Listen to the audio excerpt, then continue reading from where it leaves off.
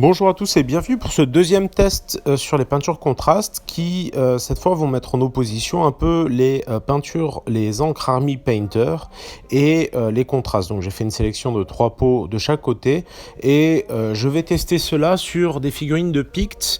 Il y a des précédentes vidéos sur la chaîne sur des versions un peu plus classiques de peinture et ça vous permettra en plus de faire un comparatif. Encore une fois, ces vidéos sont des vidéos de test.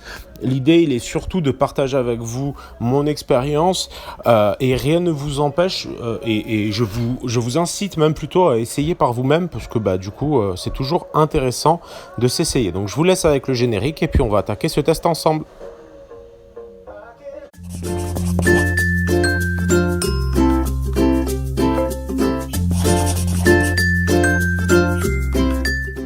Donc comme vous le voyez, j'ai sous-couché avec une sous-couche classique et du coup je vais utiliser ces 3 teintes différentes. Donc je vais commencer par la peau avec du Dark Out flèche, donc ça va être ma couleur tout simplement pour baser la peau. Alors j'ai mis aussi un petit chrono pour vous montrer à peu de choses près, alors des fois je l'oublie et tout ça, mais au moins ça vous donne un ordre d'idée. Certains m'ont demandé dans les commentaires de la vidéo précédente, est-ce que j'utilisais les sous-couches Specific Games? Alors je vous avouerai que non, tout simplement parce que du coup j'ai limité mon budget à l'achat de 10 pots pour tester. J'ai fait une sélection qui me paraissait la plus large possible et voilà. Donc là vous voyez, je passe mes bases tranquillement comme d'habitude en essayant de couvrir un maximum de surface parce que comme on l'a vu, l'intérêt de cette peinture est vraiment de couvrir des larges surfaces rapidement. Je vais ensuite passer du Skeleton Horde directement sur tout ce qui est pagne, tissu et tout ça. Toujours pareil, dans une optique, une couche assez rapidement passée avec le flanc du pinceau, avec un pinceau relativement imbibé quand même globalement de couleurs, de sorte à ce que tout ressorte correctement. Donc vous voyez, je suis à peu près à 3 minutes de taf sur l'étape précédente et comme vous pouvez le constater, j'ai oublié de relancer le chrono comme un boulet, mais bon, dans l'ensemble, ça vous permet d'avoir une idée au moins générale du temps que ces étapes-là prennent. Ça va assez vite. J'enchaîne ensuite avec du contraste Wildwood, donc cette fois je me suis rappelé de remettre le chrono, donc ça c'est pas mal. Donc je vais aller sur le bois et toutes les zones un petit peu plus sombres. Voilà, donc en fait l'idée de cette vidéo c'est de faire les mêmes étapes avec du Army Painter pour voir le rendu au final. Parce qu'au moment de la sortie de la contraste, j'avais cette sensation que c'était un petit peu le même rendu général que l'Army Painter. Donc vous allez voir par la suite que j'étais pas si loin que ça, mais c'est pas tout à fait ça non plus. Bref, je vais rentrer dans le détail plus tard. Mais comme vous le voyez, en tout cas, du coup, ça va vite de baser toutes ces petites pièces. Encore une fois, j'ai fait déjà des vidéos sur les Pict, sur comment les peindre rapidement. Donc des vidéos existent déjà sur ces mêmes modèles. Ça permet de mettre un petit peu en rapprochement et en relation les différents modes de fonctionnement. Donc voilà, j'ai juste sous-couché ensuite basé en noir, je veux dire en Abaddon Black, la base du socle. Ça m'a pris à peu près 6 minutes. Je vais faire pareil maintenant avec du Strong Tone, du Flesh Wash et du Soft Tone de chez Army Painter sur la même sous-couche blanche. Alors du coup en fait je procède à peu de choses près de la même manière, c'est-à-dire que je vais prendre ma peinture que je vais tout simplement appliquer sur les différentes surfaces de sorte à voir un petit peu la réaction des différentes couleurs. Ceux qui me suivent habituellement savent que j'ai tendance à utiliser ces washes plutôt sur des peintures classiques, c'est-à-dire que j'aurais d'abord basé au Barbarian Flesh et ensuite j'aurais passé cette encre.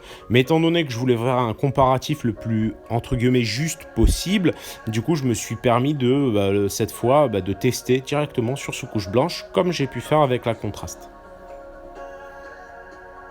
Une fois l'ensemble de la peau passé au Flesh Wash, je vais continuer avec du Soft Tone pour tout ce qui est des tissus. Donc d'emblée on voit quand même globalement que la peinture s'applique, elle est beaucoup plus, elle est quand même plus liquide, donc elle s'applique très rapidement et très facilement. Et bon ça va clairement vite, ça c'est pas du tout le souci. Par contre elle a tendance à marquer beaucoup moins. Alors comme je le disais dans la vidéo précédente, le petit ratio moi qui me gêne dans les Pow Games, tout simplement c'est aussi leur prix. Du coup là l'idée ce sera de voir ensuite, vous allez voir que tout de suite je vais tout simplement passer à une deuxième couche pour être un peu sur les mêmes intensités en termes de marquage de couleurs.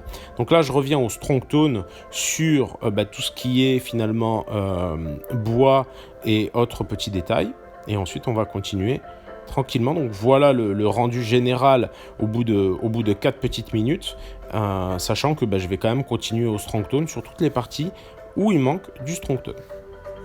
Alors voilà le résultat, on voit bien que l'Army Painter marque quand même beaucoup moins, alors je vais décider de refaire tout simplement un passage avec de l'Army Painter sur l'ensemble de ma pièce. Alors évidemment, ce deuxième passage va me prendre forcément plus de temps, mais en fait on constate quand même que l'encre Army Painter tombe de façon un peu plus naturelle, c'est un peu moins marqué par endroits, et en ça c'est pas mal. Donc le deuxième passage, je teste un petit peu partout pour voir si tout simplement en 2 passages de Army Painter on a le même rendu ou pas que en 2 passages de la gamme Contrast.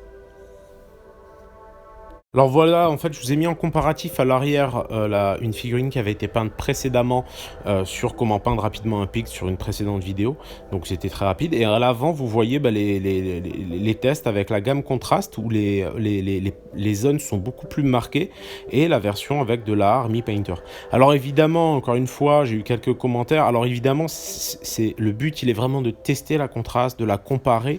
Il n'est pas question en fait nécessairement de faire des pièces jolies. Il est question de faire des pièces peintes. Et là, pour le coup, oui, elles sont basées correctement. Voilà, c'est le strict minimum. Mais bon, encore une fois, ça va pas non plus être révolutionnaire. En tout cas, pas aussi révolutionnaire que ce qu'on peut espérer. En tout cas, pour le moment, voilà, en termes de technique basique, voilà le rendu. J'ai une petite préférence du coup pour la Army Painter malgré tout, parce qu'il y a moins de démarcation, hein. Pour rappel, la Army Painter est celle qui, quand les figurines sont face à vous, est à votre droite. La contraste est à votre droite, l'Army Painter est à la gauche, et du coup voilà, c'est beaucoup plus doux l'Army Painter. J'essaie de pousser un petit peu ce test juste en appliquant des méthodes un peu classiques comme j'ai pu le faire dans le passé, en basant tout simplement mes différentes teintes. Donc en commençant par la couleur chair au niveau de la peau, ensuite je vais revenir avec une couleur de cuir sur les tissus et ainsi de suite. Je reviens ensuite avec du Fur Brown sur tous les cuirs. Bon, vous l'aurez compris, hein, l'idée en fait là c'est de mettre un petit peu en comparaison des méthodes avec du contraste et des méthodes de peinture entre guillemets un peu plus classiques comme j'en ai montré précédemment, pour voir finalement le temps que ça me prend une fois que je commence à avoir un peu d'expérience, si j'utilise ou pas de l'Army Painter. Je vais voir ensuite, mais quoi qu'il en soit, ça vous permet d'avoir une vision d'ensemble. Et ajouter un petit peu de noir à mon Fur Brown pour passer aussi mes couleurs au niveau des cheveux, de l'arc et tout ça. Donc vous voyez, on est déjà à 7-8 minutes. Donc on a largement dépassé le temps qu'on avait pris précédemment. Mais ma foi, avoir des couleurs de base correctement posées aux différents endroits, forcément, ça change pas mal de choses à la figurine. J'ai eu pas mal de commentaires aussi qui allaient dans le sens où il n'y avait rien de révolutionnaire, que c'était très basique et tout ça. Moi, je pense que c'est intéressant toujours de se mettre du point de vue d'une personne qui va découvrir le hobby. Et pour ça, je pense que la gamme Contrast a le mérite d'exister et qu'après, ça permet aussi de découvrir d'autres façons de faire et soi-même d'évoluer au fur et à mesure dans sa peinture. Et ça fait toujours du bien d'avoir un peu de fraîcheur et d'avoir de nouvelles peintures à essayer. Ensuite, passer tout simplement mes Army Painter. Pour ce faire, je vais tout simplement venir poser mon Flesh Wash sur la peau et je vais continuer dans cette direction. Donc, je ne vais pas hésiter à mettre du Dark Tone sur les cuirs et sur le bois, de sorte à avoir déjà une pose d'ombre un peu générique et générale sur la pièce. Donc là, directement, je vais passer au Strong Tone pour avoir quelque chose de très marqué. Évidemment sur les cuirs, sur le bois. Là, en termes de temps, je dois être rendu quasiment à 15 minutes. Donc voilà, forcément, c'est pas les 6-7 minutes qu'on avait passé sur la première pièce. Sur lequel ça a été beaucoup plus rapide. Mais on a quand même un rendu qui a, on va dire, un peu plus de vie malgré tout. Après, encore une fois, je vais continuer un petit peu mes tests contrastes. Donc n'hésitez pas à mettre en commentaire toutes les questions qui vous taraudent. J'ai pas encore utilisé les médiums, le blanc, le noir, donc ça méritera que je passe dessus dès que je les aurai acquis. Mais n'hésitez surtout pas, encore une fois, la zone de commentaires est une zone d'échange et tant qu'on reste cordial et bienveillant les uns envers les autres, je pense qu'on a tout à y gagner à échanger. Ensuite, je vais revenir tout simplement avec de l'elfe flèche sur toutes les zones de lumière les plus intenses, donc les abdos, les pecs, les épaules, le haut des cuisses, de sorte à bien distinguer ces différentes zones, ainsi évidemment que le visage avec le front, les arcades, le nez, légèrement la lèvre inférieure si nécessaire, mais vous voyez en fait c'est un peu des méthodes que je montre classiquement sur la chaîne, donc je ne vais pas forcément m'étaler dessus. Vous voyez tout à fait où je veux en venir, hein. Et ensuite dans cette couleur d'elfe flèche, je vais rajouter une petite pointe d'ivoire pour pousser encore un tout petit chouïa les éclaircies. Donc je vais continuer un tout petit peu avec du coup de l'ivoire pour quelques points de lumière. Comme j'ai l'habitude de le faire, ça va permettre de focaliser l'attention sur des parties hautes de la figurine. Et quelques points suffisent en fait, donc on va pas forcément passer un temps phénoménal dessus, mais ça va permettre d'avoir quelque chose d'assez efficace en termes d'accroche visuelle sur une table de jeu. Je vais profiter d'être à l'ivoire pour booster aussi mes lumières sur tous les tissus. Ça va me permettre d'aller plus vite et de m'appuyer sur le fait que du coup j'ai déjà de l'ivoire sur ma palette pour continuer ce traitement-ci. Et je vais éclaircir un petit peu l'entièreté des zones de tissu. Comme vous le voyez aussi à l'arrière, la fourrure, je vais l'éclaircir avec cette lumière. Ça va permettre de créer des contrastes forts entre le haut de la fourrure et le bas du dos qui est plutôt sombre du coup. Ensuite, faire un petit test à la contraste, tout simplement pour distinguer le pagne un maximum. Une fois que je suis passé à l'ivoire très clair, je vais passer du rouge de contraste, donc je crois que c'est du Blue Angel Red, directement sur l'entièreté du pagne, de sorte à vraiment le distinguer de l'ensemble de la pièce.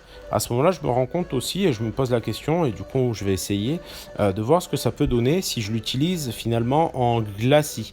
Un glacis, c'est comme un lavis, dans un sens, sauf qu'en fait on va plus contrôler la peinture pour que celle-ci ça fasse un très léger filtre de couleur et du coup on va en mettre très peu. Donc je vais tester tout simplement pour voir si ça fonctionne. Donc ensuite, je vais diluer un maximum la couleur et comme vous le voyez, je vais la passer très légèrement dans certains creux pour essayer de voir en gros si j'arrive à avoir une espèce de carnation de peau grâce à ce glacis. Les glacis, ça se rapproche beaucoup Games avait proposé une gamme de glaze qu'ils ont d'ailleurs supprimé et qui pourtant plaisait. J'avais beaucoup d'échos positifs dessus. Malheureusement, j'en ai acheté, mais je n'ai même pas pris le temps de les tester. Mais a priori, le rendu est très proche. Donc vous voyez, j'essaye encore un petit peu de teinter à droite à gauche et ma foi, pour moi, ça fonctionne. Donc encore une fois, c'est assez intéressant de voir que on peut les utiliser aussi dans ce sens-là. Par contre, il faut bien décharger son pinceau et on va voir que très facilement, ça va avoir tendance quand même à accrocher sur la peinture. Essayer de la même manière mais avec du Talassar Blue pour voir si on arrive toujours pareil à le travailler en glaze sur la figurine, donc en filtre très léger et ma foi je trouve ça relativement probant.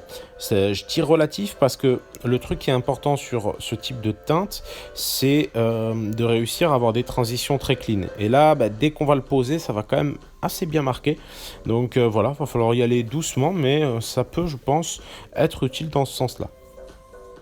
Ensuite, procéder à peu près au même traitement donc sur les autres figurines. Donc ça m'a pris à peu près 7 minutes supplémentaires par figurine.